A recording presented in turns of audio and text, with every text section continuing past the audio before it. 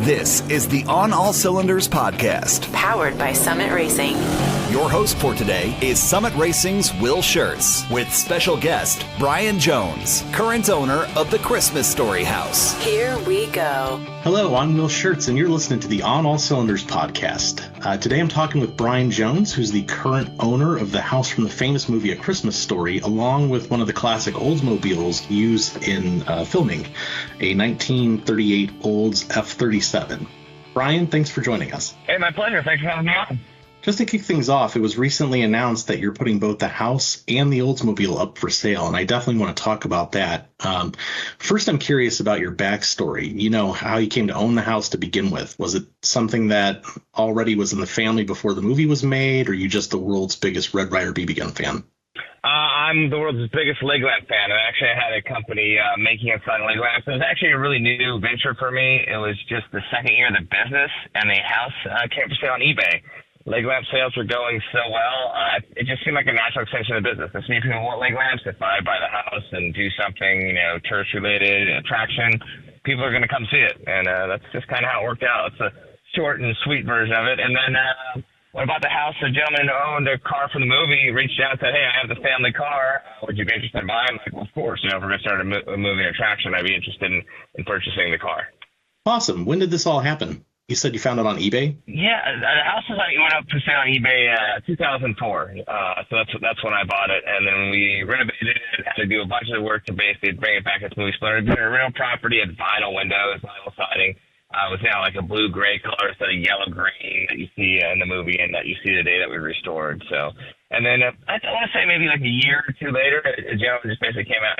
I purchased the car. It was basically, I told him he'd come out initially when I bought the house. I came out that I was going to do something with it. I ended up buying it from once we were basically towards the end of the renovation. We're going to have an opening date. So was the house already a museum prior to you taking over, or did you kind of convert it into one? It was a beat-down rental property when I bought it. It was in the middle of a renovation. The first floor was done, but the second story was not, torn back to the studs, and it was being sold as is. And the gentleman owned it. It was two brothers. They inherited from another brother. They didn't really want to complete the renovation, and they were just kind of tired of having to collect the rent, do maintenance on the property, and things like. They knew what it was. People would come by and see it. A couple hundred people, not the thousands of people we get now every year. So they're like, hey, we should just sell it. And then the gentleman suggested they put it on eBay. I'm like, hey, that's a good idea. Well, why not? So that's how I ended up finding the listing, because I was actually in San Diego, California. Actually never been to Cleveland, Ohio. I wasn't even exactly sure where it was. And so, but, it made sense, as a natural extension of the business. I'm like, heck yeah, I'm going to buy that. Okay, so you said you were into leg lamp sales, right? What was it that drove you to that? Was it an infatuation with the movie, or just something you had done prior? No, so actually what happened to me is I'd always wanted to be a jet pilot and astronaut ever since I was a little kid. My dad was a pilot in the Navy. It was the coolest thing ever. It's the 80s, the space shuttle program's big, America, rocking and rolling, going into space. I thought it would be the coolest thing to basically fly F-18s and then move in and fly the space shuttle. I mean, what's cooler than that? Studied really hard in high school, went to the Naval Academy, studied aerospace engineering, graduated, got a flight school billet, and proceeded to fail the vision test at flight school. I kind of knew it was coming, but still, major disappointment. And I got reassigned to be an intel officer. I looked at a couple things. That was the best option I had going. And my parents, knew I was super bummed. That's all I'd ever wanted to do. They didn't send me a leg lamp, just trying to figure out something to cheer me up, because it's a major award in the movie. So they're kind of thinking, this is a major award for dealing with your life's disappointment and kind of moving on, and just something kind of funny. I don't even exactly know what to think. My mom offhandedly says at the time, though, she's like, that make a decent business. We had to make that. Nobody sells those. Well, I got 6 years from my Naval Academy education, so off I go to serve in the Navy. But fast forward, I'm on my second tour. I'm like, I don't want to stay in the Navy. I'm going to get out. What should I do? I have to do a bunch of things. I could, a whole list. But I was like, I should sell leg lamps. People always liked the one my parents made. My mom had said that. I was like, I'll start a business. I'll build you a website. He started building a website. I started building leg lamps. Made and sold 500 the first year. Had them made overseas the second year. And lamp sales are going, better than I ever expected. And house came for sale on eBay. Just a natural, easy extension of the business. Well, not easy, but obviously a natural extension of the business. So I bought it even, to be honest, without a full idea of exactly what I was going to do with it. I just saw just the diamond in the rough, that was, and I was like, I'm going to get that. That's perfect. So what drove you to decide you were going to turn the house into a museum dedicated to the movie? So I like I said, I didn't exactly know what I was going to do with the house. I just knew I was going to do something awesome with it. I'm like, this will be great. So first, this is before Airbnb, so I was thinking my first thing is, bed and breakfast, we'll rent it out, families can come spend the night, and like Ralphie and Randy and the Parkers, and do that. I was like, well, that only allows one family to come per night. I'm like, that's not really good. What if we turn it into a museum? So I was thinking, we'll renovate it on the outside, how it looked in the movie, and inside you walk in, I'll talk about the making of the movie, some posters, some props, some costumes, if they're still out there. And then I got to Cleveland, Ohio, because I bought the house sight unseen from San Diego. I got there on December 28th, so like a couple weeks later. I was like, wow, when I first saw it. I was like a little kid. Like, I had little goosebumps. Like, there's the house. Oh, there's the shed. I'm chopping through the snow to see the shed. Like, oh, there's Flick's house. So at that point, it finally dawned on me, like, I need to make this so it's inside and out. Like, if you come to the house, it's renovated both outside and inside as it appeared in the movie, so that when you come there, you can basically be immersed in the experience and essentially relive the movie as you tour through the house. And everything in the house is either the same model or a replica of the product. So it's completely interactive. It's not like when you go to Graceland and everything's behind stanchions, because it's really all of the stuff. And they don't want you to mess it up. This is, stuff that you can hold the BB gun, pick up the leg lamp, crawl into the sink, Lifebuoy soap up in the bathroom if you want to stick it in your mouth, if you're that brave. The telephone where, Mrs. Schwartz calls up, and there's, you call them Mrs. Schwartz, so all that kind of fun stuff that you can basically interact with the house and bring the movie to life, essentially, is what we're trying to do for fans. Amazing. Has it been a pretty popular attraction? Do you tend to get a lot of visitors over the course of a year? Yeah, we get about 80,000 people a year who come to take the tour. I'd say probably about twice that many stop by, take a picture outside, come in our gift shop, just kind of get the feel for the property. So yeah, we get quite a few people. We always have to shut down 2 weeks in February just to do maintenance on the house. When you put 80,000 people through what's a normal residential house, floors need to be redone, painting, stuff like that. So yeah, we get quite a bit of traffic.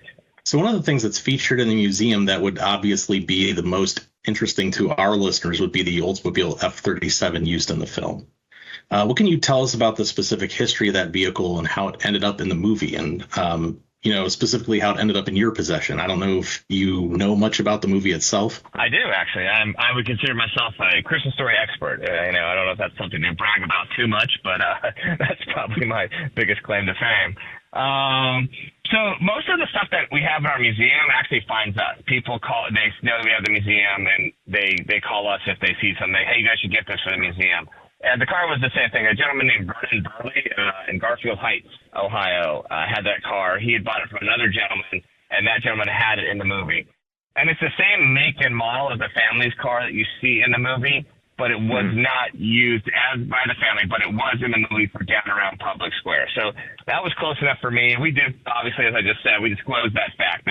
And the problem that we've had with trying to find the car for the movie is the car depends on what the word "the" means. The car is in the same make and model, or the car is in the one used for the movie.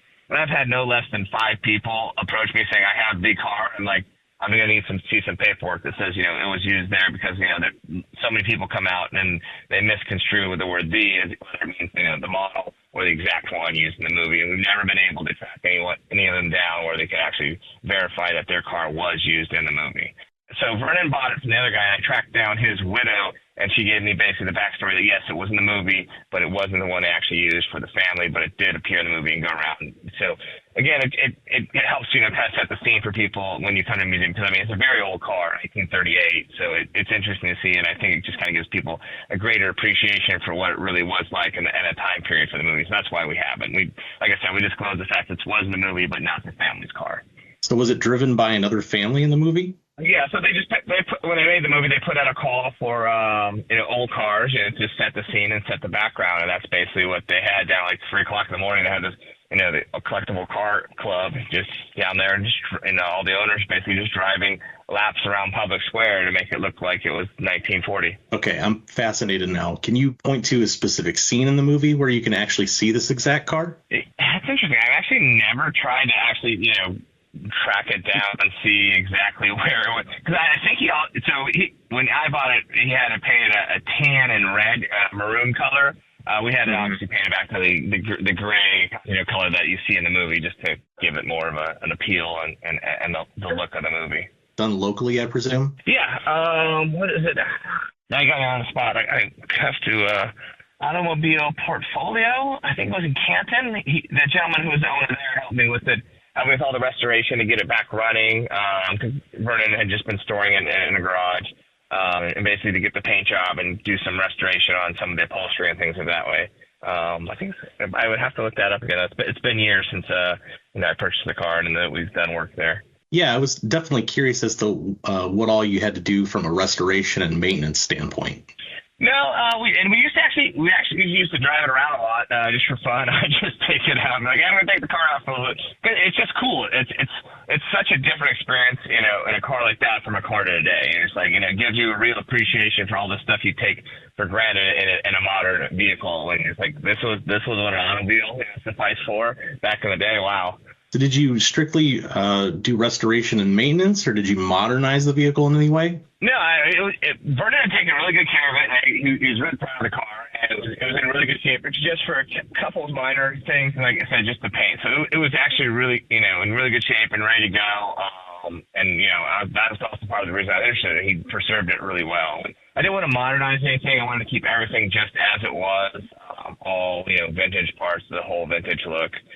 So there's no radio, nothing special in it that would kind of. I feel like when you do that, you kind of take away from the originality of the time period of the car if you upgrade it like that. That's just my personal feeling on it. Okay, that makes sense. How much time would you say you've spent behind the wheel? Probably maybe 10 to 20 hours, just kind of cruising around. It's just kind of fun. It is interesting too. It drives slower. It doesn't have the pickup and the go or the top speed that cars today do. So you appreciate how the difference, how awesome your modern cars are when you drive an antique car.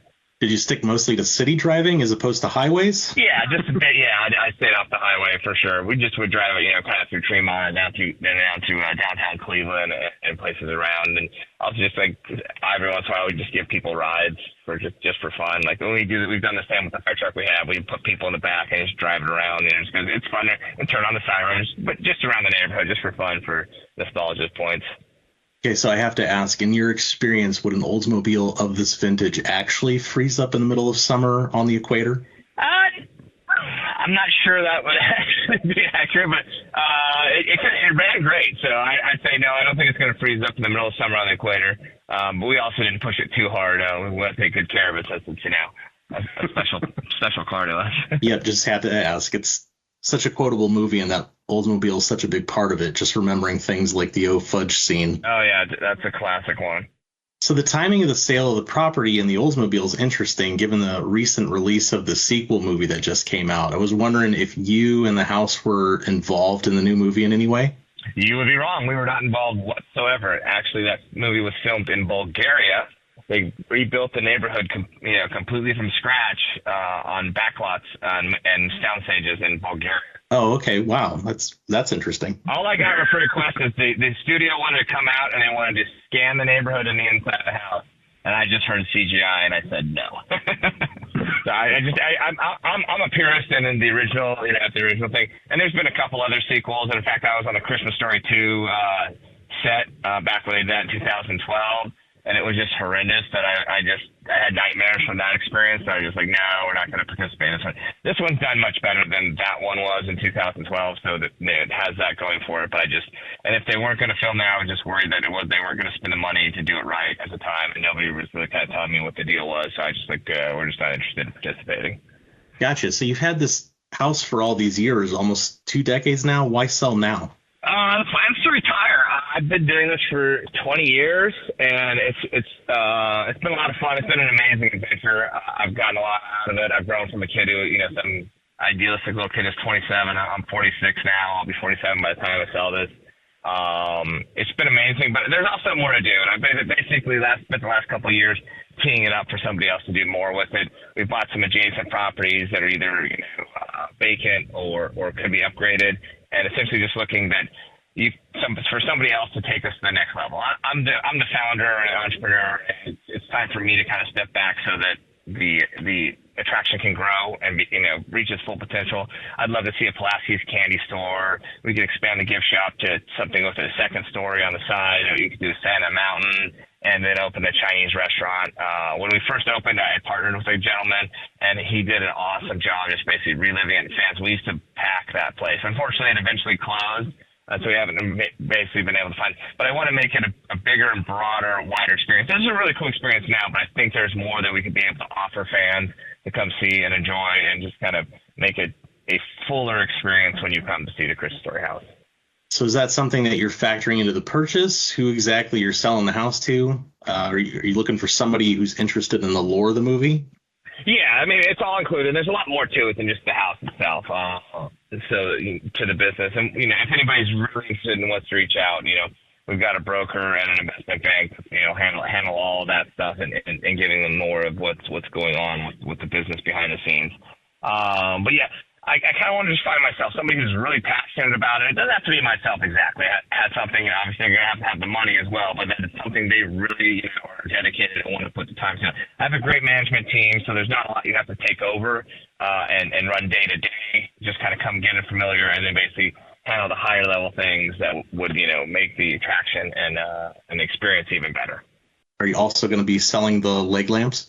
That's a large part of the business is still actually internet retail and selling leg lamps and other fun collectibles to people. If you can't come to the house, we'll ship it to you.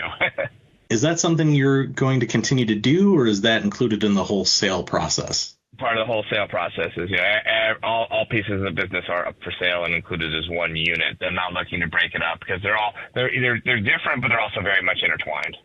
Well, we're almost wrapped up here. Is there anything else you'd like to tell folks out there listening? Come see us. We're in the Tremont neighborhood in Cleveland, Ohio. Go to ChristmasStoryHouse.com to find out how to get there, about tickets, anything also about the sale is also on our website. We're still open. There's this weird rumor out there that because we're selling it, you should change our ownership. The only person that's going to be different is myself. Everything else and the whole experience remains the same and always will. All right, awesome, Brian. Thanks so much for taking the time to talk with us. It was great chatting with you. My pleasure. Thank you. And good luck with the Oldsmobile and the sale of the house. This has been the On All Cylinders podcast. Powered by Summit Racing. Check out new episodes coming soon at OnAllCylinders.com. OnAllCylinders.com. Thanks for listening. See you next time.